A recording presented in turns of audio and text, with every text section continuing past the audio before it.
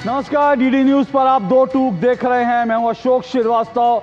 रात के 10 बज चुके हैं और डीडी न्यूज पर रात 10 बजे के मायने होता है दमदार 10। जी हां, दमदार 10, क्योंकि रात 10 बजे आपका पसंदीदा टेलीविजन प्रोग्राम, आपका पसंदीदा टीवी शो, आपकी पसंदीदा टीवी डिबेट दो टूक 10 बजे ही प्रसारित होती है। हमारा वक्त बदला है लेकिन हमारे तेवर नहीं बदले, और हमारा आपसे हमेशा ये बात कि हम उन्हीं तेवरों के साथ हर झूठ पर प्रहार करते रहेंगे और हर सच आप तक पहुंचाते रहेंगे। अगले सप्ताह से देश में नवरात्र का पर्व शुरू हो जाएगा। नवरात्र खत्म होंगे, उसके बाद दशहरा और फिर दीपावली। दीपावली और दशहरा किस तरह से आप धूमधाम से मनाते हैं ये तो मुझे बताने की जरूरत नहीं, लेकिन कभी कभी आपके साथ भी ऐसा हुआ होगा, क्योंकि मेरे साथ भी ऐसा कई बार हुआ है, आपके साथ भी हुआ होगा, आपका भी जरूर अनुभव होगा।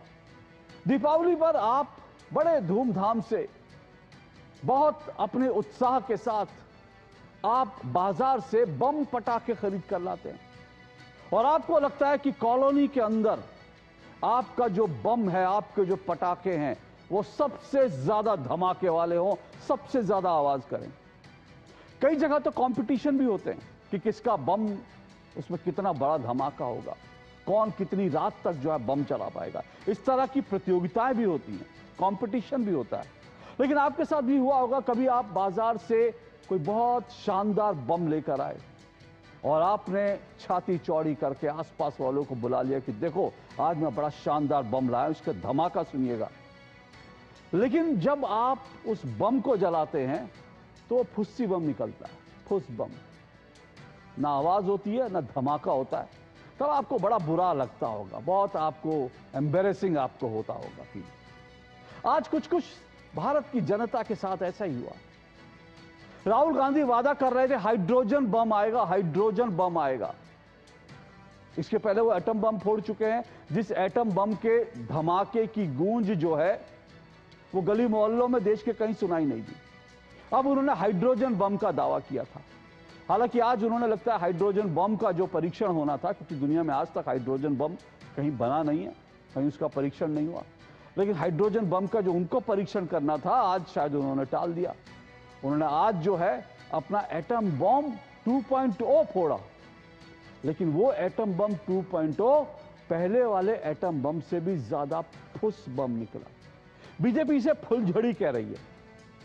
आज फिर हमेशा की तरह चुनाव आयोग पर कई तरह के आरोपों की बौछार राहुल गांधी ने कर दी, लेकिन राहुल गांधी के ये आरोप दरअसल उनमें कितना दम होता है? कहीं ऐसा तो नहीं आज राहुल गांधी ने एक बार फिर सेल्फ गोल कर दिया है? सेल्फ गोल जो कांग्रेस अक्सर करती रहती है राहुल गांधी के नेतृत्व में। दो टूक में आज हम इसी पर चर्चा करेंगे। आज राहुल गांधी की जो 35-40 मिनट की प्रेस कॉन्फ्रेंस थी, आखिर उससे क्या निकल कर आया? जो उन्होंने आरोप लगाया, उन आरोपों में कितना दम था और उनका जो बम था उसमें कितना धमाका हुआ? और आज का मेरा शीर्षक, एक पुरानी फिल्म आपको याद होगी, फिर वही दिल लाया हूं, और मेरा आज का शीर्षक है फिर वही बम लाया हूं। हालांकि दिल का मामला तो नहीं है, दिमाग का मामला है, लेकिन फिर भी राहुल गांधी बार बार पिछले कुछ समय से जो बार बम लाने, बम फोड़ने की बात कर रहे हैं, इसलिए मेरा आज का शीर्षक है फिर वही बम लाया हूं, जिसको चुनाव आयोग पहले ही फुस कर चुका है। आज इसी पर दो टूक में चर्चा करेंगे, लेकिन इससे पहले इस खबर की धार को समझिए, इस खबर के महत्वपूर्ण बिंदुओं को समझिए, इस खबर के विस्तार को समझिए। खबरदार में इस खबर के अहम बिंदुओं को विस्तार से आपको समझाता हूं। कुर्सी की पेटी बांध लीजिए, जी हां, कुर्सी की पेटी बांध लीजिए। इस तरह के ट्वीट से कांग्रेस ने आज राहुल गांधी की प्रेस कॉन्फ्रेंस के लिए माहौल बनाया। कुर्सी की पेटी बांध लीजिए, कल रात से बात चल रही थी, कुर्सी की पेटी बांध लीजिए। कांग्रेस के ट्वीट से ऐसा लगा कि राहुल गांधी आज अपना जो कथित हाइड्रोजन बम है वो फोड़ेंगे। कुर्सी की पेटी बांध लीजिए, इस तरह का ट्वीट, इस तरह की धमाकेदार शुरुआत हुई थी। लेकिन 35 मिनट की प्रेस कॉन्फ्रेंस में राहुल गांधी ने खुद कह दिया कि अभी हाइड्रोजन बम तैयार नहीं है, अभी उसका जो है कांग्रेस की जो मैन्युफैक्चरिंग फैक्ट्री है अभी वो तैयार हो रहा है, बम ये तैयार नहीं है। तो राहुल गांधी ने कहा अभी हाइड्रोजन बम तैयार नहीं हुआ है। तो फिर कुर्सी की पेटी बांध कर बैठे लोगों को राहुल की आज की प्रेस कॉन्फ्रेंस से क्या मिला? ये सवाल पूछा जाना चाहिए कि जब इतने जो है बड़े धमाके करने की बात हुई थी तो मिला क्या? राहुल गांधी लाए फिर वही बम जिसमें नहीं था दम। क्यों मैं कह रहा हूं, बल्कि आज फिर राहुल ने कई सेल्फ गोल कर दिए। राहुल ने आज की पीसी जो है उसमें कई सेल्फ गोल कर दिए। क्या सेल्फ गोल किए ये भी आपको बताता हूं। राहुल ने आज की प्रेस कॉन्फ्रेंस में आरोप लगाया कि भारत में 10-15 साल से वोट चोरी हो रही है। 10-15 साल से भारत में वोट चोरी हो रही है, आज राहुल गांधी ने कहा। अब ये समझना चाहिए 10-15 साल से वोट चोरी हो रही है तो कौन कर रहा है। 15 साल पहले भारत में कांग्रेस की सरकार थी, तो बकौल राहुल क्या मनमोहन सिंह और सोनिया गांधी की सरकार में वोट चोरी की शुरुआत हुई। ये सेल्फ गोल नहीं तो क्या है, 10-15 साल से वोट चोरी हो रही है। तो फिर सवाल है कि मनमोहन सिंह और सोनिया गांधी इसके लिए जिम्मेदार नहीं है, क्योंकि तब तो उन्हीं की सरकार थी। 10-15 साल पहले नवीन चावला, एसवाई कुरैशी और वीएस संपत देश के चुनाव आयुक्त थे। आप जाएंगे तो आपको पता चलेगा 10-15 साल पहले अगर चुनाव की वोट चोरी हुई है तो नवीन चावला, वीएस संपत और एसवाई कुरैशी के राज में शुरू हुई है वोट चोरी। एसवाई कुरैशी और वीएस संपत को राहुल गांधी की पार्टी की सरकार ने नियुक्त किया था। तब 3 लोगों का पैनल भी नहीं होता था, सरकार जिसे चाहती थी उसे बना देती थी। तो एसवाई कुरैशी और वीएस संपत को बाकायदा राहुल गांधी की पार्टी की सरकार ने जो है चुनाव आयुक्त बनाया था। जबकि चुनाव आयुक्त के पद पर नवीन चावला की नियुक्ति खास सोनिया गांधी के कहने से हुई थी, क्योंकि वो सोनिया गांधी के बहुत खासम खास थे। तो क्या ये माना जाए एसवाई कुरैशी और नवीन चावला, वीएस संपत के समय में कांग्रेस के इशारे पर वोट चोरी हुई? ये सेल्फ गोल नहीं तो क्या है। अब आपको एक और बात बताता हूं। राहुल ने 2023 में कर्नाटक की आलंद विधानसभा सीट पर 6000 वोट डिलीट करने का आरोप लगाया। आज उनका मुख्य था कि भाई महाराष्ट्र में एक जगह बढ़ गया, इधर 6000 वोट डिलीट हो गए।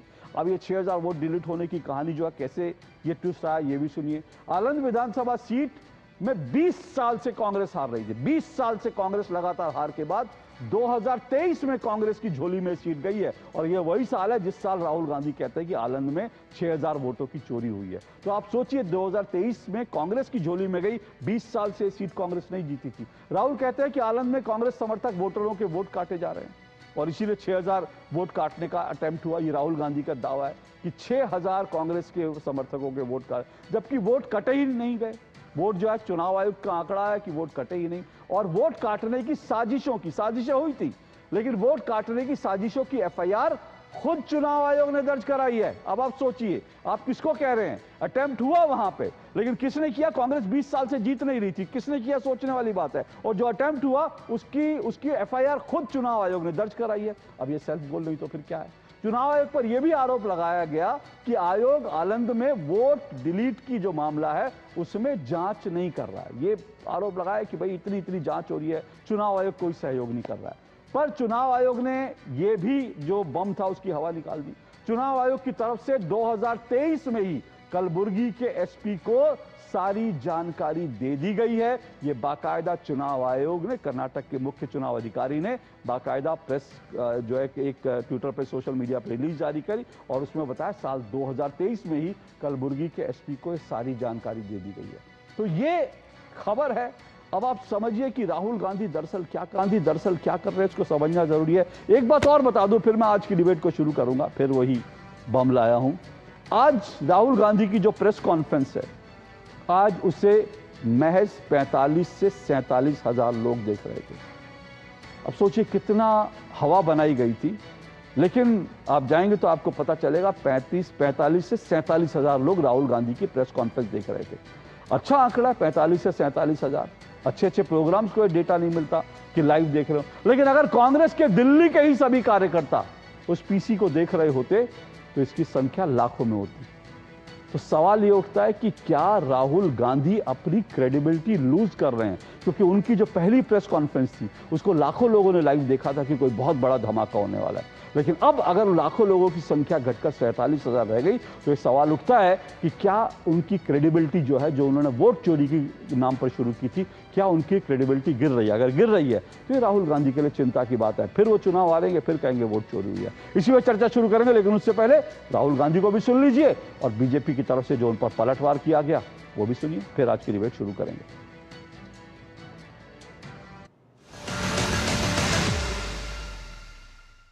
ये एक और उदाहरण है वोट चोरी का कि ये जो डिलीशंस हुए हैं ये सेंट्रलाइज तरीके से कॉल सेंटर के प्रयोग करके, सॉफ्टवेयर के प्रयोग करके किए गए। ये जो मैं यहां कर रहा हूं, ये मेरा काम नहीं। मेरा काम डेमोक्रेटिक सिस्टम में पार्टिसिपेट करने का है। मेरा काम डेमोक्रेटिक सिस्टम की रक्षा करने का नहीं। वो काम हिंदुस्तान के इंस्टीट्यूशंस का है। वो काम वो नहीं कर रहे हैं, इसलिए मैं कर रहा हूं। कभी ईवीएम पर प्रश्न चिन्ह खड़े करने, कभी वीवीपैट पर करना, कभी चुनावों के नतीजों पर करना और कभी टूल किट के सहारे भारत के लोकतंत्र पर, संवैधानिक संस्थाओं पर प्रश्न चिन्ह खड़ा करना, क्या ये आदत सी बन गई है? क्या चाहती है कांग्रेस पार्टी? कि आज राहुल गांधी जी के मंच पर वो तमाम लोग खड़े थे जिनके नाम का दुरुपयोग हुआ किसी का वोट कटवाने के लिए। जिसका वोट कटा वो भी खड़े थे, जिसके नाम से उसका वोट कटवाया वो भी खड़े थे, और दोनों हैरान थे कि हमारा नाम कैसे आ गया इसमें। तो ये तथ्यों से तो अब चुनाव आयोग बच के भाग नहीं सकता। 7 दिन का समय दिया है, दीजिए जवाब। राहुल गांधी संविधान समझते हैं। सुप्रीम कोर्ट गए ना, सुप्रीम कोर्ट ने सब दिशा निर्देश किया ना, कोई स्टे किया क्या? न कानून समझते हैं, न सुप्रीम कोर्ट के आदेश को समझते हैं, खाली संविधान किए रहते हैं। मोटी बात बहुत साफ है, राहुल गांधी को वोट नहीं मिलता तो हम क्या करें? वोट जोड़े जा रहे हैं, काटे जा रहे हैं, तो निर्वाचन आयोग कुछ नहीं कर रहा है। जो वोट की चोरी कर रहे हैं उनका संरक्षण निर्वाचन आयोग दे रहा है। बट एक खेद की बात है, हम चाहते हैं कि निर्वाचन आयोग एक जांच स्थापित करे, हकीकत जानने के लिए तह तक पहुंचने के लिए कुछ कार्रवाई करे। यात्रा का विषय था जो बांग्लादेश से घुसपैठिए आए हैं उनको बचाने का विषय। यहाँ इतने सारे लोग हैं, आप किसी का वोट कटा है क्या? अरे जोर से बोलो, कटा है क्या? तो किसका कटा है? जोर से बोलो, किसका कटा है? ये राहुल गांधी की यात्रा घुसपैठिया बचाओ यात्रा थी।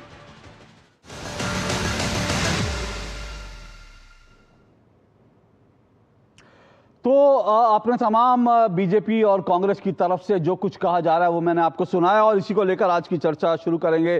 फिर वही बम लाया हूं, लेकिन सवाल यह है, बम है या भ्रम है? लोगों में भ्रम फैलाने की कोशिश है, इसी पर चर्चा करेंगे। 4 मेहमान मेरे साथ आज की डिबेट में जुड़ चुके हैं। आइए चारों मेहमानों का परिचय करवा दूं। राधिका खेड़ा मेरे साथ जुड़ चुकी हैं, बीजेपी की राष्ट्रीय प्रवक्ता हैं राधिका खेड़ा। मोहम्मद फरहान मेरे साथ जुड़ चुके हैं, कांग्रेस के नेता हैं मोहम्मद फरहान। मेरे साथ किशोर तिवारी जुड़े हुए हैं, किशोर तिवारी शिवसेना यूबीटी के जो है वो वरिष्ठ नेता हैं। और मेरे साथ करण वर्मा जुड़े हैं, राजनीतिक विश्लेषक हैं। चारों मेहमानों का बहुत बहुत शुक्रिया और स्वागत। मैं देख रहा हूं अभी राधिका खेड़ा तैयार नहीं है। अगर राधिका खेड़ा आप सुन पा रही हैं मुझे? अच्छा, चलिए राधिका खेड़ा आप सुन पा रही हैं तो चलिए जल्दी से मैं मोहम्मद फरहान और राधिका खेड़ा आमने सामने लाएं दोनों को, और दोनों को 1.5 मिनट में दूंगा अपनी बात रखने के लिए। आज राहुल जो बम लाए उसमें कितना दम था, ये बात आज मोहम्मद फरहान 1.5 मिनट आपके अपनी बात रखें, फिर उसके बाद राधिका खेड़ा अपनी बात रखेंगे। जी मोहम्मद फरहान। देखिए, जनता आज सब चीज को बहुत अच्छी तरीके से जान रही है। भारतीय जनता पार्टी चुनाव आयोग के प्रवक्ता के रूप में टीवी चैनलों पर आकर और पब्लिक में जो बयान दे रही है कि चुनाव आयोग बच जाएगा, मुझे नहीं लगता है कि भारतीय जनता पार्टी के बयान से देश की जनता संतुष्ट है या संतुष्ट होगी, क्योंकि देश की जनता ये जान चुकी है कि भारतीय जनता पार्टी के शह पर चुनाव आयोग ने वोट की चोरी जनता की है। क्योंकि आपका काम था जनता के वोट का संरक्षण करना, मगर आपने जनता के वोट का संरक्षण ना करके एक पार्टी का संरक्षण करने का काम किया, एक पार्टी को सत्ता में बनाए रखने का काम कर रहे हैं। और इसी में आप पूरी तरीके से अपनी संवैधानिक तंत्रों को लगाए हुए। आप क्यों बुरा मानते हैं? राहुल गांधी जी अगर प्रेस कॉन्फ्रेंस कर रहे हैं, आपको दिखा रहे हैं कि आप वोट चोर हैं या आप वोट चोरी का आप पे आरोप लगा रहे हैं। अगर आप पे आरोप लग रहा है तो आप उसकी जांच कीजिए, जांच करके उस पर उसका निष्कर्ष निकालिए कहां पे क्या दिक्कत हो रही है। मगर नहीं, आप और पूरा चुनाव आयोग और पूरी भारतीय जनता पार्टी केवल और केवल विपक्ष के पीछे आकर के उसके खिलाफ आरोप प्रत्यारोप करने लगती है और चुनाव आयोग को बचाने लगती है। इससे साफ स्पष्ट होता है कि चुनाव आयोग चोरी कर रहा है और उसका पूरा फायदा भारतीय जनता पार्टी को मिल रहा है। ओके, चलिए आपके शुरुआती 1.5 मिनट पूरे हुए।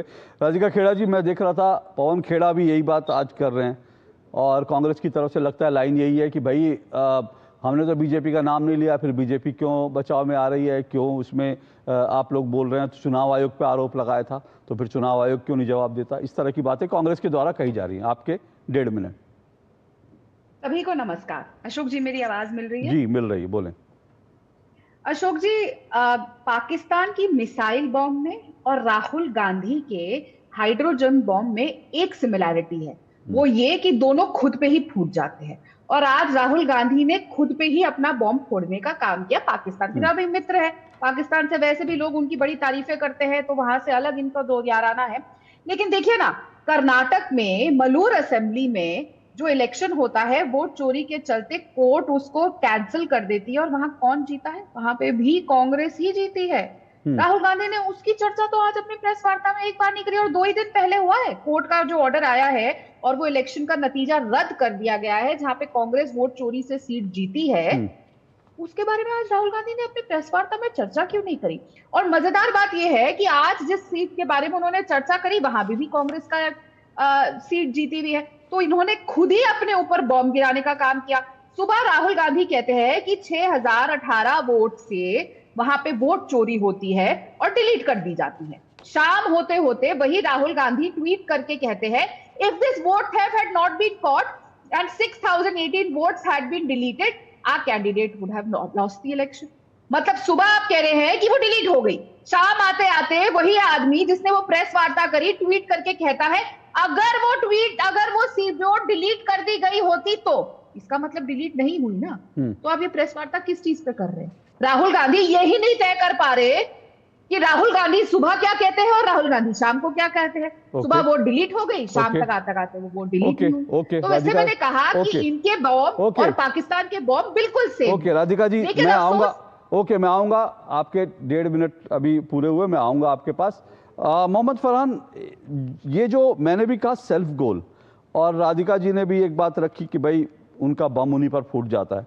अब देखिए, आलंद विधानसभा सीट है, उसके नतीजे बड़े इंटरेस्टिंग है। मैंने बताया 20 साल से वहां कांग्रेस नहीं जीती थी। 20 साल से वो कांग्रेस, राहुल गांधी ने क्या कहा, हमारे समर्थकों के वोट काटे जा रहे हैं।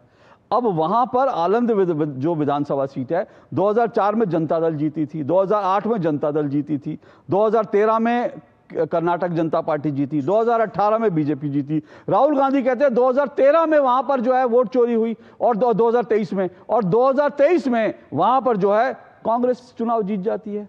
अब समझ में नहीं आता ये वोट चोरी कैसी है, जो बीजेपी अपने आप को, अपने लोगों को हराने के लिए और कांग्रेस को जिताने के लिए बीजेपी वोट चोरी कर रही है। कुछ ये समझ में नहीं आई बात। देखिए अशोक जी, कहीं पर चुनाव जीत लेने से इसका यह प्रमाण नहीं होगा कि भारतीय जनता पार्टी चुनाव आयोग के द्वारा वोट का चोरी नहीं कर रही है। अब आप उत्तर प्रदेश में आप देखिए, जब गठबंधन चुनाव लड़ा तो गठबंधन के रिजल्ट कितने अच्छे आए, मगर जब इसको गहनता से अध्ययन किया गया, इसका अवलोकन किया गया, तो ये बात समझ में आई कि गठबंधन उत्तर प्रदेश के अंदर 80 में से 80 सीटें जीतने जा रहा था। मगर ये वोट चोरी का काम अगर ना होता और वहां पर system, machinery Bharatiya Janata party के पक्ष में काम ना कर रही होती, तो आज भारतीय जनता पार्टी सत्ता में ना होती और राधिका खेड़ा जी कांग्रेस पार्टी की प्रवक्ता बनकर बैठी होती। मुझे यहाँ पर बोलने की आवश्यकता नहीं थी। सुनिए,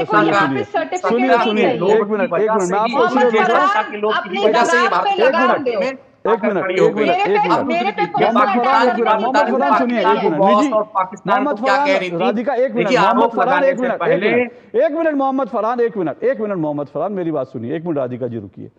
राधिका खेड़ा जी अगर ये जीत जाते, वो कहाँ होते ये सब? तो अगर राधिका खेड़ा, कांग्रेस 80 की 80 सीटें जीत जाती तो राधिका खेड़ा कांग्रेस में होती, तो हो सकता है कि इस चुनाव में अगर गठबंधन हो जाता ऑल इंडिया AIMIM का, तो फिर आप भी शायद AIMIM में, तो आप भी कांग्रेस में चले गए। तो मुझे लगता है निजी टिप्पणियां नहीं करनी चाहिए। कौन कहां गया, कौन कहां था, उस पर मत जाइए।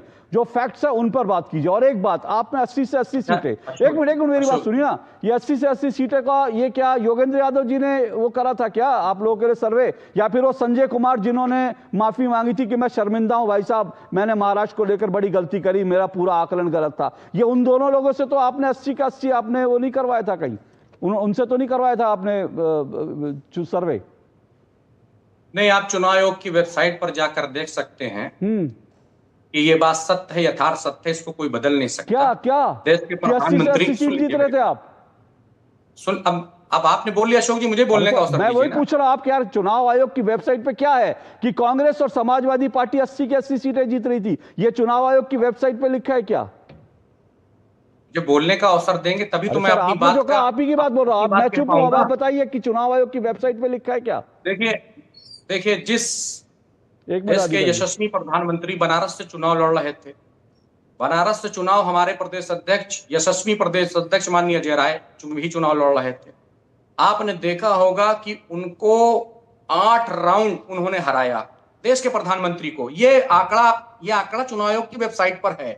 फिर उसके बाद वहां क्या धांधली हुई, क्या हुआ, ये भी चर्चा में विषय है। राहुल गांधी भी रायबरेली में कई राउंड तक पीछे। एक मिनट आप ही का तर्क बता रहा हूं, रुकिए मोहम्मद इरफान सुनिए, एक मिनट मोहम्मद इरफान। राहुल गांधी भी रायबरेली में कई राउंड तक पीछे चल रहे थे, ठीक है, तो इसका मतलब राहुल गांधी वोट चोरी से जीते क्या? सर कम से कम तर्क तो ढंग से दिया करिए। और 80 से 80 में फिर से पूछ रहा हूं, मैं फिर से पूछ रहा हूं, एक मिनट फिर से पूछ रहा हूं। चलिए मान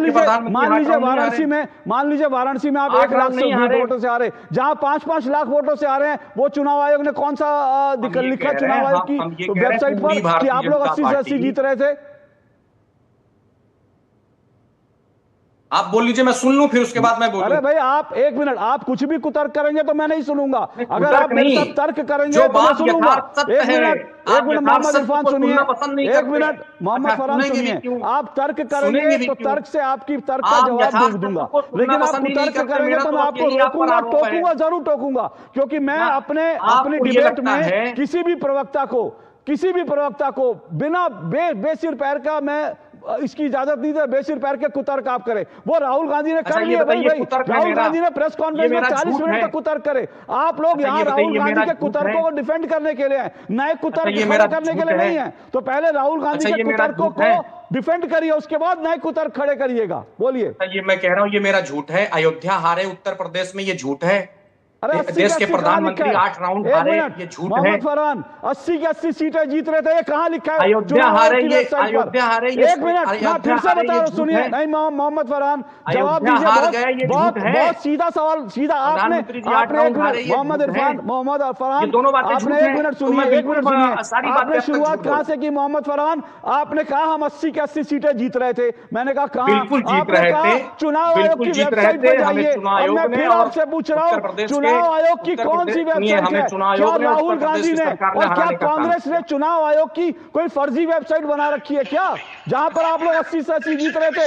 या योगेंद्र यादव क्या जो आकलन था उसके आधार पर कह रहे हैं, या शर्मिंदा होने वाले, कान पकड़कर माफी मांगने वाले संजय कुमार की आप सर्वे से कह रहे हैं कि 80 के 80? मैं फिर से कह रहा हूं, आप यहां राहुल गांधी के कुतर्कों का जवाब देने के लिए नए कुतर्क मत खड़े कीजिए। राधिका खेड़ा रिस्पॉन्ड कीजिए, एक मिनट मैं आगे बढ़ूंगा। सुनिए एक मिनट सुनिए, हमें आप पर हंसी आ रही है, हमें आप पे। अरे आप तो हंसेंगे। देश सुनिए एक मिनट राधिका जी, मोहम्मद फरहान आज पूरा देश राहुल गांधी की प्रेस कॉन्फ्रेंस पे हंस रहा है। अगर आप मुझ पे हंस रहे हैं तो बिल्कुल हंसिए, लेकिन आज पूरा देश राहुल गांधी की प्रेस कॉन्फ्रेंस पे हंस रहा है कि ये आदमी हाइड्रोजन बम फोड़ने आया था और फुस्सी बम लेकर आया। अरे कम से कम एक तो दिवाली का कोई अच्छा सा पटाखा फोड़ देते, ये फुस्सी बम लाते कहां से आप? ये कौन सी कब्र से निकाल के लाते हैं फुस्सी बम आप लोग? राधिका खेड़ा भी हो गया। मैं फिर से कह रहा हूं, कुतर्क मत करिए मेरे साथ। अगर मैं तर्क पे सवाल पूछूंगा कुतर्क मत कीजिए। राधिका खेड़ा बोलिए। अशोक जी मैं चैनल आपका है, आप मेरी आवाज बंद करिए, आवाज बंद करिए, कुतर्क के साथ नहीं। राधिका खेड़ा जहां पे हूँ वहां पे नेटवर्क इशू है।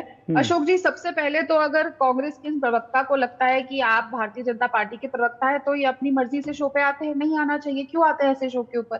कोई जबरदस्ती तो है नहीं कि गन पॉइंट पे इनको बुलाया जा रहा हो। तो यहाँ पे आके पहले आना भी है शो पे और फिर आके एंकर को भी गाली देनी है और सबके ऊपर पर्सनल कमेंट कर रहे हैं। तो मैं इनको बता दूं, जब कांग्रेस के पास 44 सीटें और 52 सीटें थी तब भी राधिका खेड़ा कांग्रेस में थी। ये डिबेट राधिका खेड़ा पे नहीं है, लेकिन ये बात जरूर है कि कांग्रेस में एक विशेष समुदाय के लोगों को सबसे ज्यादा तकलीफ हुई है कि राधिका खेड़ा ने अपनी आवाज उठाई और राहुल गांधी, प्रियंका वाड्रा और सोनिया गांधी जी को एक्सपोज करने का काम किया। इसलिए ये खास समुदाय के लोग सिर्फ मुझ पे अटैक करते हैं। लेकिन मैं डरूंगी नहीं और धमूंगी नहीं। वापस आते हैं, आपने एक बात बोली कि पवन खेड़ा भी एक बात बोल रहे थे कि चुनाव आयोग पे सवाल उठते हैं, जवाब भाजपा देती है।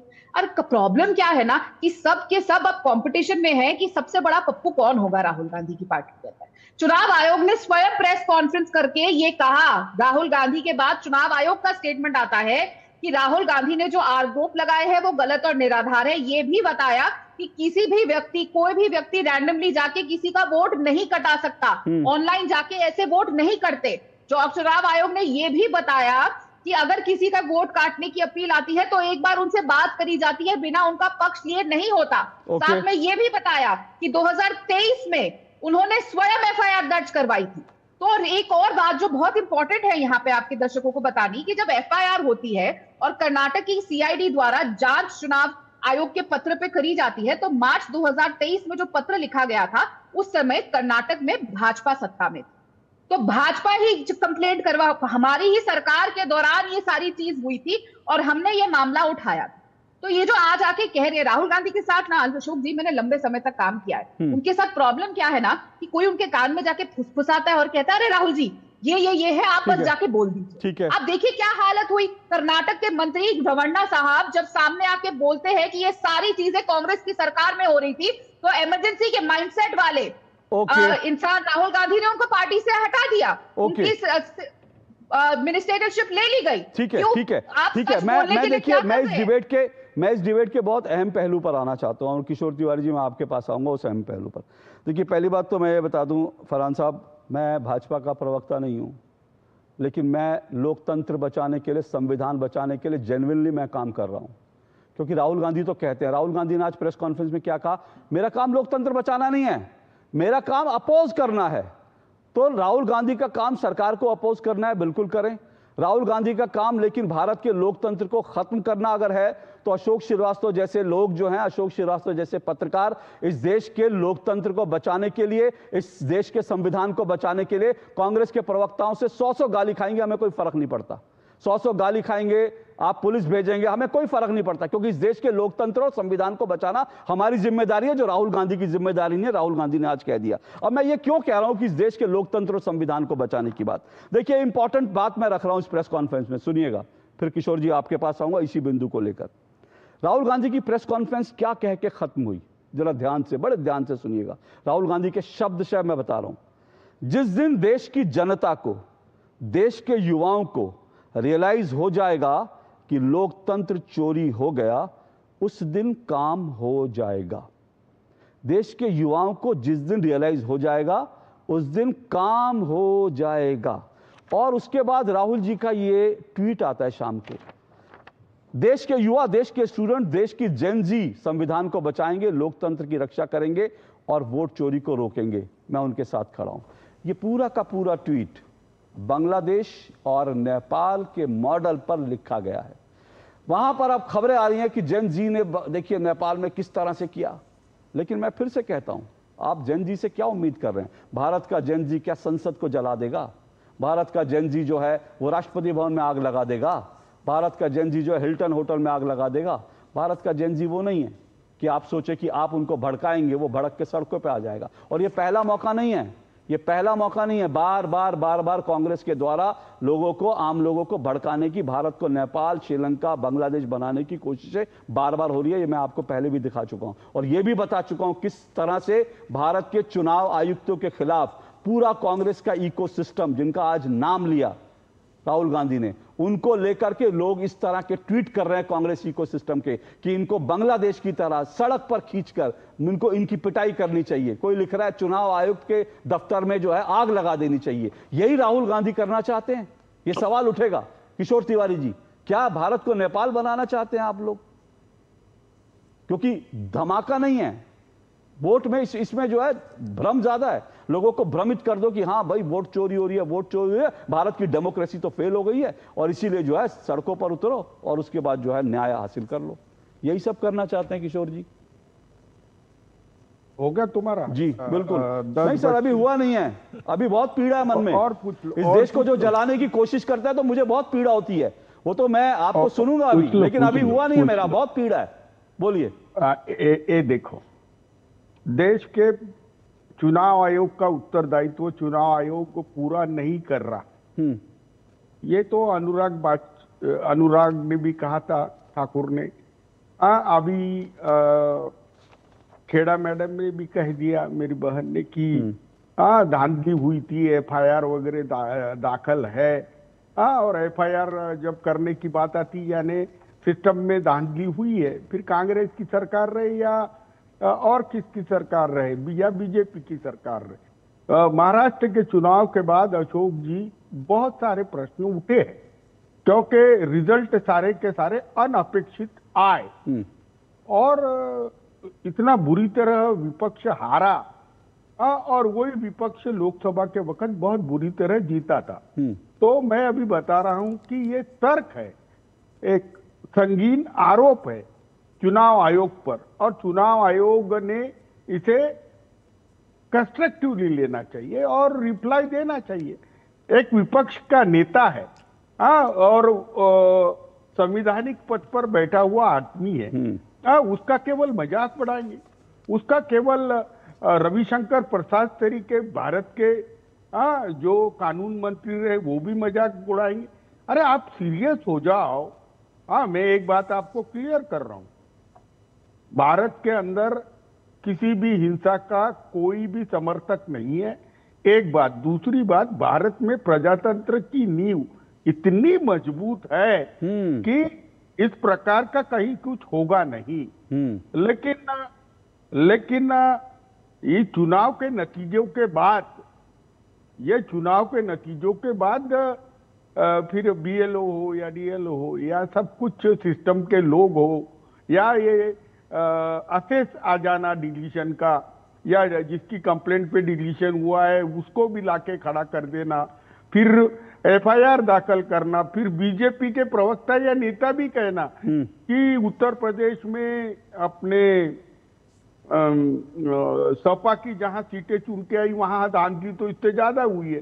तो इसका मतलब है कि सिस्टम में धांधली को स्कोप है, यह कांग्रेस का आरोप है। और इलेक्शन कमीशन सिस्टम में, एक मिनट राधिका जी, एक मिनट, तो सिस्टम में धांधली 15 साल से चल रही है, ये आप मान रहे हैं ना? राहुल गांधी ने आज कहा, तो नवीन चावला को काहे बनाया था चुनाव आयुक्त?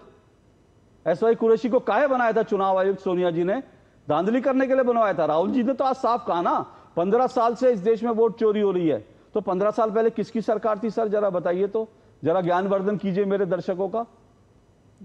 नहीं, 11 साल से तो इनकी है, उसके पहले सर 15 साल से हो रही है। और 11 साल पहले मोदी जी जब आए, सुनिए ना सर, आप फिर कंफ्यूज कर रहे हैं मेरे दर्शकों को। 11 साल पहले जब मोदी जी आए उस वक्त भी भारत जो है चुनाव हुआ वो कांग्रेस की सरकार उस समय थी। तो मतलब आप कांग्रेस की सरकार नहीं जो है 11 साल पहले वोटों में चुनाव में धांधली करवा दी कि मोदी जी 300 वोट सीटों से जीत जाएं।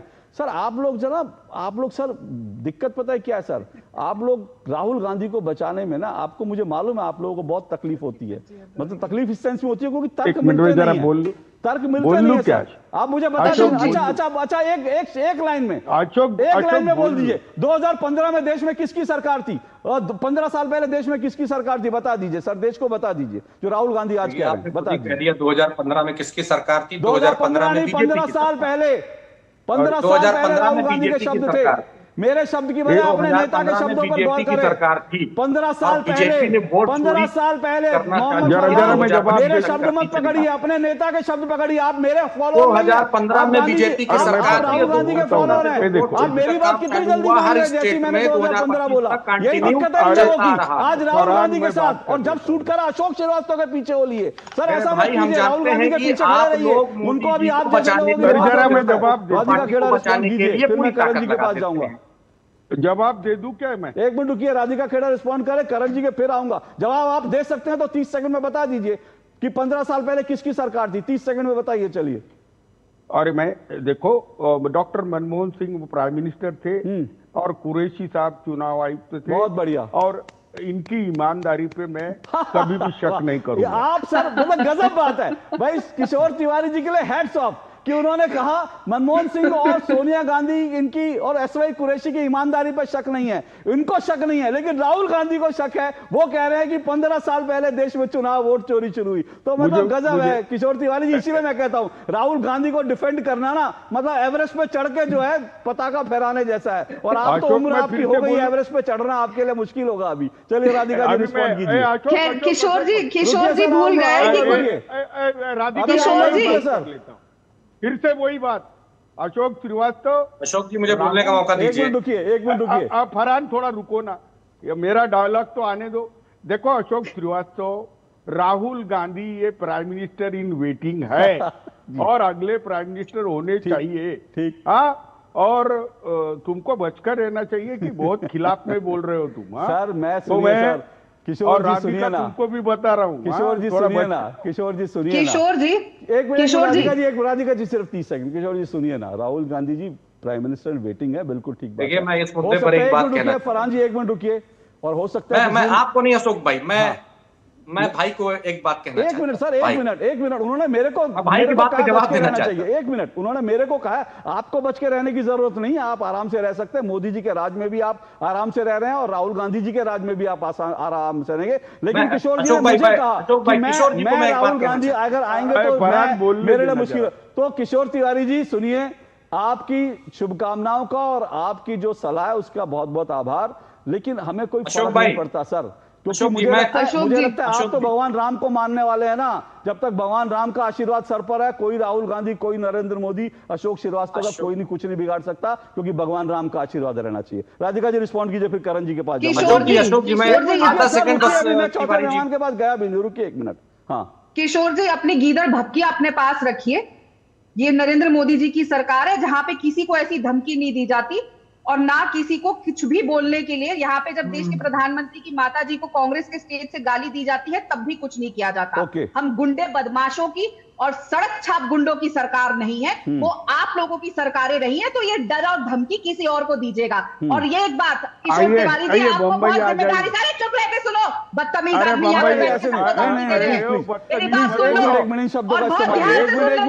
आपका इज्जत गवा चुके हैं यहाँ पे बैठ के महिला को। 1 मिनट प्लीज।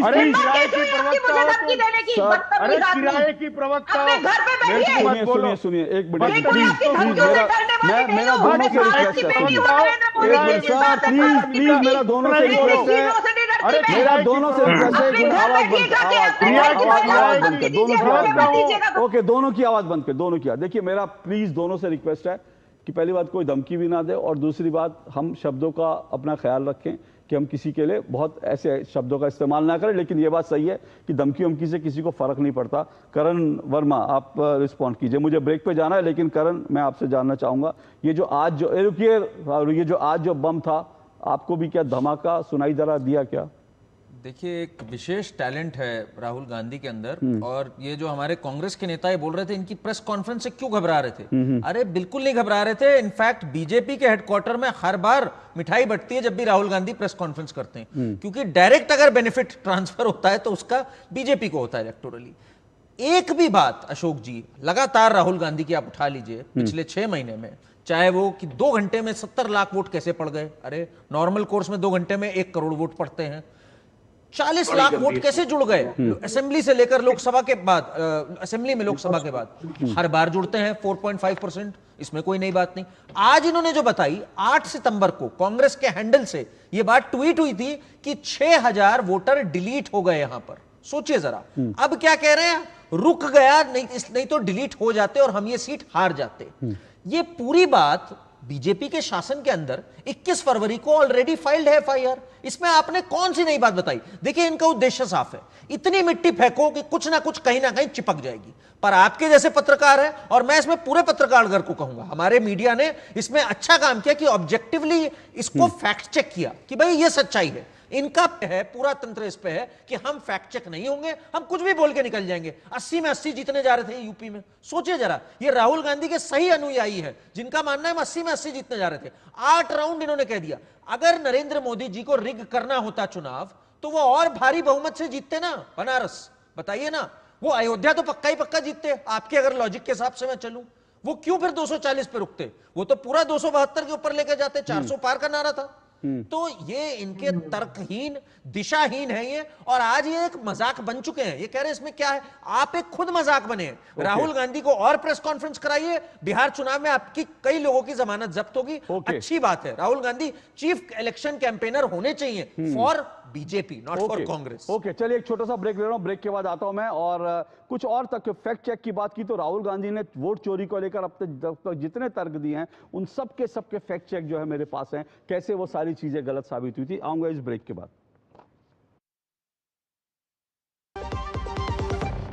यार, उम्र के साथ मेडिकल बिल्स भी बढ़ रहे हैं। बिल्कुल, इसलिए हेल्थ इंश्योरेंस तो जरूरी है, पर भाई प्रीमियम बहुत कॉस्टली पड़ता है। अब नहीं, सरकार ने हेल्थ इंश्योरेंस को जीएसटी फ्री कर दिया है। वाह, मतलब मेरी अगले प्रीमियम पे 5000 से ज्यादा की जीएसटी बचत। Enjoy tax free health insurance.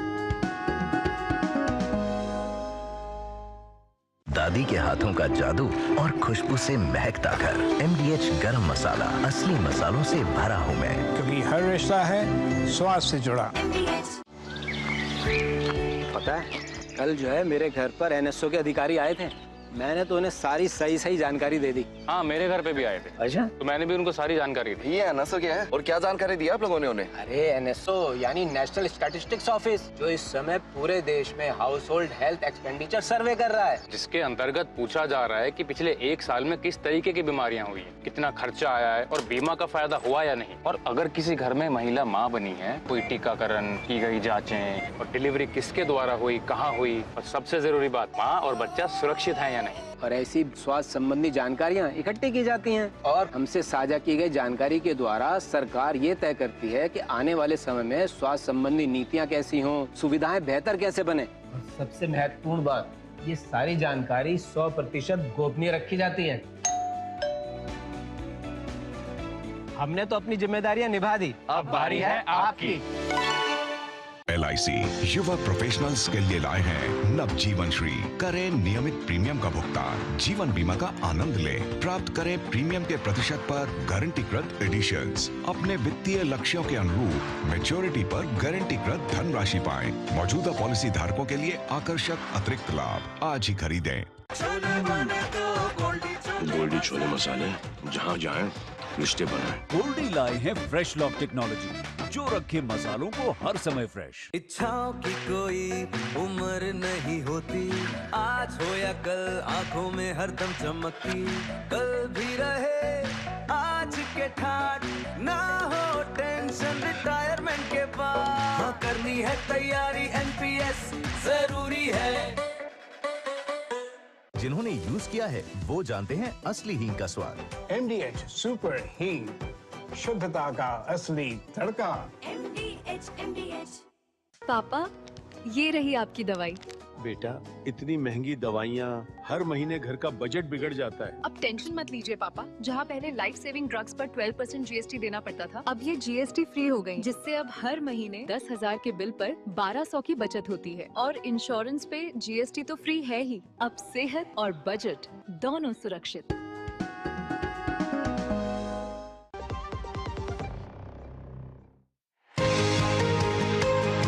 Mutual fund में कैसे करें निवेश, SIP से कैसे जीती जाए इन्वेस्टमेंट की रेस, गवर्नमेंट स्कीम से कैसे मिलेगा बेहतर रिटर्न, बाजार की जोखिम में कैसे होगी सुरक्षित इनकम, पर्सनल फाइनेंस के क्लियर होंगे सब डाउट, फाइनेंशियल मिथ्स को विशेषज्ञ।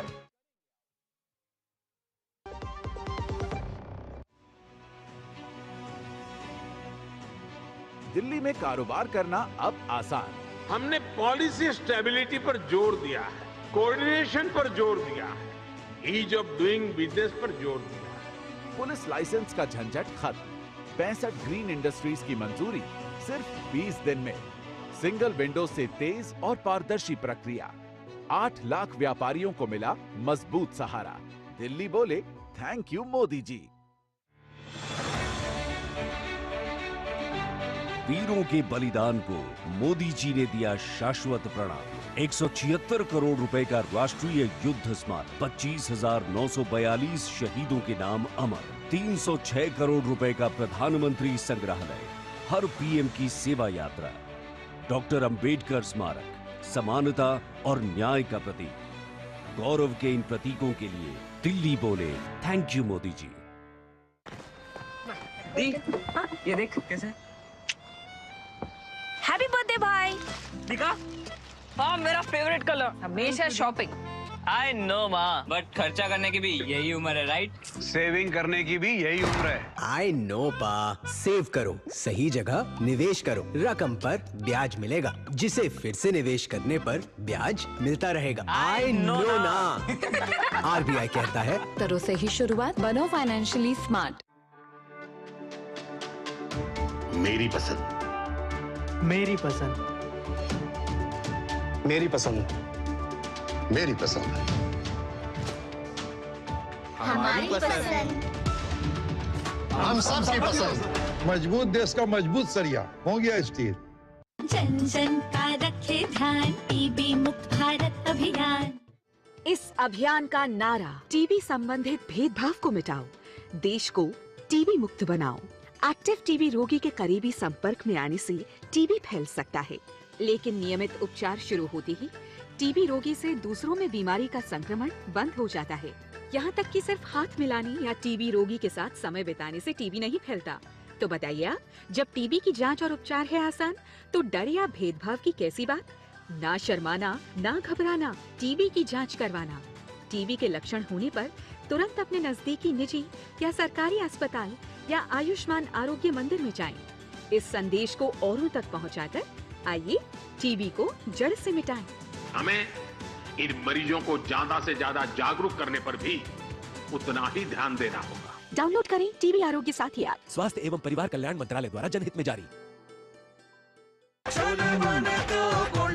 गोल्डी छोले मसाले, जहाँ जाए रिश्ते बनाए। गोल्डी लाए हैं फ्रेश लॉक टेक्नोलॉजी, जो रखे मसालों को हर समय फ्रेश। चलिए, दो टूक आप देख रहे हैं। दो टूक में राहुल गांधी की आज की प्रेस कॉन्फ्रेंस के बाद आज हम चर्चा कर रहे हैं। दो टूक में फिर वही बम लाया हूं, लेकिन वो बम, उसमें वो बम था या भ्रम था, इसी पर चर्चा कर रहे हैं। 4 मेहमान मेरे साथ जुड़े हुए हैं। मैं जनमन की बात करता हूं और मैं कहता हूं कि लोग जो हैं अपने सवाल, अपनी बात हम तक पहुंचाएं। मेरे पास आज एक बड़ा इंटरेस्टिंग जो है एक ट्वीट आया इस जनमन की बात के संदर्भ में। जल्दी से उसका जिक्र करके डिबेट पर आगे बढ़ूंगा। मितेंद्र कुमार गुप्ता हैं, ये चौधरी चरण सिंह यूनिवर्सिटी मेरठ में है, उसमें ये प्रशासनिक अधिकारी, एडमिनिस्ट्रेटिव ऑफिसर हैं। ये लिखते हैं कि भ्रष्टाचार पर कब बात होगी, बेरोजगारी पर कब बात होगी, भाजपा ने ठेकेदारी प्रथा चालू कर दी, सड़कों की खस्ता हाल पर कब डिबेट करोगे, शिक्षा व्यवसायीकरण और महंगाई पर कब डिबेट करोगे। तो मितेंद्र कुमार गुप्ता जी, आप तो अधिकारी हैं, आप एक यूनिवर्सिटी में अधिकारी हैं, तो पहली बात तो आपको ये मालूम होना चाहिए महंगाई पर जो है इस वक्त 2% से कम है महंगाई, तो महंगाई वाला तो भी निकाल दीजिए। बाकी सब जो मुद्दे आपने किया उन पर हमेशा हम चर्चा करते रहते हैं। और दूसरी बात एक और कहूँगा, समस्या ये हम पत्रकारों की, अगर आज राहुल गांधी की प्रेस कॉन्फ्रेंस को हम ना दिखाएं, उस पर चर्चा ना करें, तो कहेंगे राहुल गांधी को नहीं दिखा रहे। और उसके बाद अगर हम आज महंगाई पर डिस्कस करने लगेगी, 2% रहेगी, तो कहेंगे महंगाई पर दिखा रहे, राहुल गांधी को नहीं दिखा रहे। राहुल गांधी पर डिस्कस कर रहे हैं तो कह रहे हैं महंगाई पर चर्चा नहीं हो रही। तो भाई साहब, जरा सोच समझ कर अपने जब वो भेजा करिए, ताकि हमको भी लगे कि आप कुछ सोच समझ के भेज रहे हैं। जल्दी से मैं डिबेट को शुरू कर रहा हूँ। उससे पहले मैं एक फैक्ट सामने रख दूं, उसके बाद मैं फरहान साहब आपके पास आता हूं। देखिए, राहुल गांधी के पास एक बहुत अच्छा रास्ता है, अगर उनको लगता है, अगर वो चाहते हैं देश के संविधान को बचाना, डेमोक्रेसी को बचाना, उनके पास एक बहुत अच्छा रास्ता है। वो संवैधानिक संस्था है चुनाव आयोग, उसके पास जा सकते हैं अपनी शिकायतें लेकर। चुनाव आयोग ने उनको चिट्ठी लिखी, कई बार बुलाया, लेकिन राहुल गांधी नहीं गए। अगर चलिए चुनाव आयोग आपको लगता है गड़बड़ कर रहा है, तो इस देश की अदालतों में तो आपको यकीन है ना, इस देश के न्यायालय पे यकीन है। आप तमाम दस्तावेज लेकर अदालतों के पास चले जाएं, अदालत दूध का दूध पानी कर देगी, पानी का पानी कर देगी। लेकिन देखिए, अदालत में क्यों नहीं जाते हैं, इसको समझना जरूरी है। अभी ये हुआ कि मद्रास हाई कोर्ट ने राहुल गांधी की वोट चोरी के आधार पर एक जो है पिटीशन लगाई गई थी। मद्रास हाई कोर्ट ने कहा यह बकवास है, इसमें कोई दम नहीं है, 1 लाख रुपए का जुर्माना लगाया मद्रास हाई कोर्ट में, इसलिए राहुल गांधी नहीं जाते। फिर देखिए, महाराष्ट्र में, अभी किशोर जी भी कह रहे थे, महाराष्ट्र में ऐसा, महाराष्ट्र में वैसा। वो अचकन सिलाए बैठे थे लेकिन अचकन पहनने की नौबत ही नहीं आई, तो फिर उनको तकलीफ तो होगी, तकलीफ उनको हो रही है। लेकिन ये देखिए महाराष्ट्र को लेकर जितनी पिटीशन गई कोर्ट में, महाराष्ट्र जो है मुंबई हाई कोर्ट, सब रिजेक्ट हो गई। और देखिए आपको एक और खबर दिखा रहा हूं, 40 से ज्यादा बार, अब तो आपको याद भी नहीं होगा, आजकल भूल गए होंगे वोट चोरी के शोर में। आज के 3 साल पहले तक 10 साल से ये एक फेक एजेंडा चलाया जा रहा था कि ईवीएम हैक होती है, ईवीएम में गड़बड़ी है। 40 बार देश की अदालतों ने ईवीएम को लेकर सुनवाई करी और कहा कि आपके आरोपों में बिल्कुल दम नहीं है। जयराम रमेश ने कहा था कि ईवीएम के खिलाफ हम सड़कों पर उतर जाएंगे, ये कर देंगे, वो कर देंगे। आज ईवीएम मामला गोल है क्योंकि ईवीएम पर हर बार मुंह की खानी पड़ी है। तो मैं कहता हूं वोट चोरी का अगर आप में आरोपों में दम है तो जाइए ना, देश की अदालतों के पास जाइए, आपके पास बड़े बड़े वकील हैं। बोलिए फरहान जी, अदालतों में जाने से क्यों परहेज कर रहे हैं आप लोग? देखिए, मैं अपनी बात रखूंगा। मैं डिबेट काफी कर चुका हूं और मैं आपके डिबेट का टेस्ट समझ चुका हूं बहुत अच्छी तरीके से। एक बात आपने कही थी शुरुआती दौर में, वो समझाइए। मुझे भी बोलने का अवसर दीजिए भाई। बोलने का अवसर दे रहा हूं लेकिन सवाल पूछूंगा ना, भाषण थोड़ी दे रहा हूं। सवाल में पूछ रहा हूं, मेरा सवाल कोर्ट को लेकर उस पर रहिए। आपको 2 मिनट में बिल्कुल नहीं रोकूंगा। सुनिए 1 मिनट फरहान जी, मैं आपको 2 मिनट बिल्कुल नहीं रोकूंगा। सुनिए फरहान जी, 1 मिनट सिर्फ 2 मिनट आपको बिल्कुल, 1 मिनट 2 मिनट आपको बिल्कुल भी नहीं रोकूंगा। लेकिन मेरे सवाल पे रहेगा कि कोर्ट जाने में अगर आपके पास सबूत हैं तो कोर्ट क्यों नहीं जा रहे हैं आप लोग? बोलिए। देखिए, मैं अपनी बात रखता हूं, चुनाव आयोग का काम नागरिकता की जांच करने का नहीं, पहली चीज। दूसरी चीज, चुनाव आयोग का जो काम है वो वोट को जोड़ने का काम है, ठीक है। वोट जोड़ने का काम आप करेंगे, आप ये तय नहीं करेंगे कि आपके पास कौन सा आधार है, आपके पास क्या है क्या नहीं। चुनाव आयोग सिर्फ और सिर्फ वोट जोड़ने का काम करेगा। आप ये बताइए कि आप किसके इशारे पर वोट काटने का काम कर रहे हैं और जिन लोगों का वोट है उनका वोट क्यों नहीं जोड़ रहे हैं। आप आधार कार्ड को या राशन कार्ड को या और भी परिचय पत्र को क्यों नहीं मान्य कर रहे हैं। जब सुप्रीम कोर्ट ने आपको लताड़ लगाई तब आपने आधार कार्ड को उसको वैल्यू दी कि हाँ आधार कार्ड के थ्रू हम जोड़ सकते हैं। मतलब हर मामले को लेकर के सुप्रीम कोर्ट में जाएंगे, सुप्रीम कोर्ट वहां से कहेगा फरहान जी 40-50 सेकंड मैंने आपको 1 मिनट, मैंने 40-50 सेकंड नहीं रोका। आप मेरे सवाल पर आए नहीं, आप लिख कर लाए थे, कुछ घर से तैयारी करके लाए थे, आपने भाषण दे दिया। अब मेरे सवाल पर आ जाइए। अब नहीं आएंगे तो मैं बताता हूँ, मैं आपको बताता हूँ। आप जो है कश्मीर से 370 हटेगी तो आप कोर्ट में जाएंगे। उसके बाद जब भारत में सी आएगा तब आप कोर्ट में जाएंगे, SIR आएगा तब आप कोर्ट में जाएंगे। हर भारत में कोई गली मोहल्ले में कोई मैच होगा आप कोर्ट में जाएंगे। लेकिन आप चुनाव वोट चोरी के झूठे मामले में आप कोर्ट में नहीं जाएंगे क्योंकि आपको डर लगता है। ईवीएम पे आपको मुंह की खानी पड़ी है, आपको हर बार कोर्ट में मुंह की खानी पड़ी है क्योंकि आप लोग झूठ बोलते हैं और इसीलिए मैंने कहा 42 मिनट नहीं बोलूंगा, लेकिन आपसे 40 सेकंड मेरी बात, मेरे सवाल पे नहीं बोला गया। मेरे सवाल का जवाब नहीं था। करण वर्मा बोलिए ना, मेरे सवाल का जवाब दीजिए, हिम्मत है तो मुझे बोलने दीजिए। अशोक भाई इस तरीके से नहीं बोलने दें भाई, आपको मत करिए, मत करिए। देश की जनता देख रही है, आपसे आपको सवाल पूछने के लिए जनता देख रही है। आप यहाँ पर अपने चैनल की जनता देख रही है, आप क्या बोल रहे हैं? लगता है क्या? ठीक है, मैं मानता हूँ। अशोक जी जरा इन्हीं के शब्द को जरा मुझे पकड़ने दीजिए। जो मोहम्मद फरहान ने बोला अभी, इन्होंने अभी क्या बोला कि डिलीशन काम नहीं होता। 1 मिनट अब जरा भाई बोलने दीजिए। लगातार अगर बोलते चले जाएंगे ऐसे नहीं होगा। एक एक करके बात। इन्होंने बोला कि डिलीशन काम नहीं होता। अरे महाराज, फॉर्म 7 किस चीज के लिए होता है? और आपको पता है डिलीशन सबसे ज्यादा किसने करवाया? तेलंगाना में रेवंत रेड्डी ने 22 लाख वोट कहा जब ओवैसी के 2 कॉन्स्टिट्यूएंसी में नाम निकल आए। उसने कहा यहां वोट कटने चाहिए। सबसे आगे कौन बड़ा झंडा लेकर? रेवंत रेड्डी भरा कांग्रेस का। उसने कहा बिल्कुल होना चाहिए रिवीजन। आप जीते भी तेलंगाना, आपको बेसिक्स नहीं पता है। फॉर्म 7 होता ही डिलीशन के लिए और ये पूरी एक्सरसाइज का नाम ही SIR है 324 के तहत। बोलने नहीं देंगे, एक्सपोज हो जाएंगे ना। ये कैसे बात? चिल्ला नहीं, रुकिए, एक एक करके बात करते हैं। इनके रेवंत रेड्डी ने आगे बढ़कर कहा रिवीजन हो। तेलंगाना में 22 लाख वोटर डिलीट हुए। आपको कुछ नहीं पता है। 22 लाख वोटर डिलीट होने के बाद आप जीते भी चुनाव, किसी ने सवाल नहीं उठाया। जहां तक कि ओवैसी तक ने नहीं सवाल उठाया, उसने कहा होना चाहिए रिवीजन। ये प्रक्रिया है, आपको कुछ पता नहीं है इस बारे में। अरे सर ऐसा जा रही है, कोई तरीका नहीं है। इस देश के संविधान में, एक मिनट, जो लोग संविधान लेके घूमते हैं ना, उनको ये भी नहीं पता इस देश के संविधान ने चुनाव आयोग को ये ताकत दी है 324 कि वो मतदाता सूची का शुद्धिकरण करे। ये देश का संविधान देता है ताकत, लेकिन वो लोग संविधान खोल लेकर घूमते हैं, लेकिन कभी संविधान पढ़ा नहीं है। यहाँ पर आकर ज्ञान दे रहे हैं कि चुनाव आयोग को ताकत नहीं है वोट डिलीट करना। अरे अगर चुनाव आयोग के पास ताकत नहीं है वोट काटने की, वोट जोड़ने की, तो क्या मोहम्मद फरहान के पास है, क्या राहुल गांधी के पास है वोट काटने की और वोट जोड़ने की ताकत? अरे चुनाव आयोग होता है जिसके पास ये ताकत होती है। जरा संविधान पढ़कर आया करिए, संविधान पढ़कर आया, बंद करिए चिल्ला चिल्ली। नहीं भाई, मैं पहले मेरे प्रोड्यूसर अगर सुन रहा तो बंद करिए, हर कोई बीच में ना बोले। चिल्ला चिल्ली करने के लिए मैं नहीं बैठा, आवाज बंद करिए। चिल्ला चिल्ली करने के लिए मैं नहीं बैठा। एक सवाल मैंने पूछा था, कोर्ट में क्यों नहीं जाते, उस सवाल का जवाब नहीं आएगा। कह रहे हैं कि चुनाव आयोग के पास नहीं, चुनाव आयोग डिलीट नहीं करेगा। अरे भाई संविधान पढ़िए, चुनाव आयोग ही डिलीट करता है, चुनाव आयोग ही जोड़ता है। ये राहुल गांधी, अशोक श्रीवास्तव तो नहीं काटते नाम, ना उनके पास जोड़ने की ताकत है। किशोर तिवारी बोलिए। हाँ, अभी आपने एक सवाल किया, बहुत ढंग का सवाल है कि अदालत में जाना चाहिए। हाँ। और हम जनता की अदालत में जा रहे हैं। और मैं अभी मैं किसानों के साथ घूमता फिरता हूँ और किसानों के बीच ही रहता हूँ, किसान नेता हूँ। हर बच्चा गांव-गांव में कहता है वोट चोर गद्दी चोर, वोट चोर गद्दी चोर।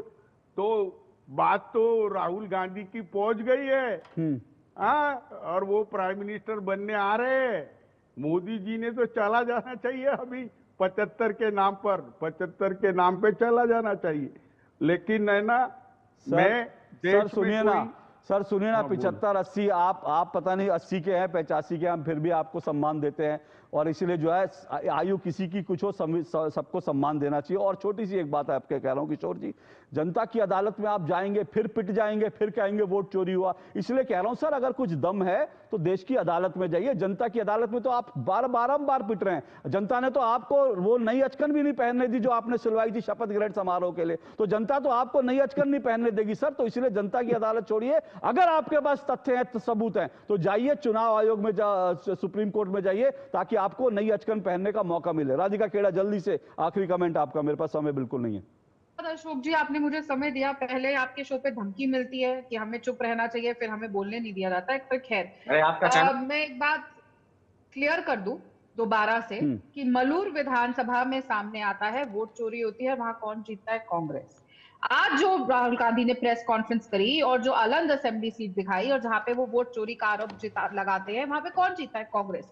ऐसा क्यों होता है कि जहां जहां वोट चोरी के इल्जाम लग रहे हैं, जहां जहां कोर्ट खारिज कर रहा है चुनाव की वोट चोरी पकड़े जाने के बाद, वो सारी जगह पे सिर्फ कांग्रेस ही क्यों जीती है? भारतीय जनता पार्टी तो जीत नहीं रही। जहां वोट चोरी, जो खुद राहुल गांधी खुद अपने ऊपर अपना बम फोड़ रहे हैं पाकिस्तान की तरह, हर जगह कांग्रेस जीत। ओके, तो क्या वोट चोरी का? और रही राहुल गांधी, कभी कहते हैं कि नरेंद्र मोदी जी और इलेक्शन कमीशन मिली हुई है, कभी कहते हैं अमित शाह जी और इलेक्शन कमीशन मिली हुई है, और अभी कुछ दिन पहले प्रेस कॉन्फ्रेंस करके कहते हैं अरे ओके। देखिए, मोटी बात यह है कि चुनाव आयोग कुछ कहेगा और कांग्रेस कुछ कहेगी, राहुल गांधी कुछ कहेगी, और फैसला तो देश की अदालत कर सकती है। सर्वोच्च न्यायालय में जाइए, दूध का दूध पानी का पानी हो जाएगा। बम मत फोड़िए, क्योंकि बम फोड़ने से कुछ होता नहीं, वो भी फुस्सी बम होता है, तो फिर आप मजाक के, हंसी के पात्र बनते हैं। आज के लिए इतना ही। सभी मेहमानों का शुक्रिया। कल आपसे मुलाकात होगी। नमस्कार।